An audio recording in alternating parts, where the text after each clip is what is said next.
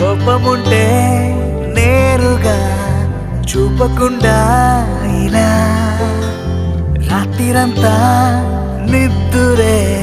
పాడు చేస్తే ఎలా నేరముంటే సూటిగా చెప్పకుండా ఇలా వెనుకున్నా కలలతో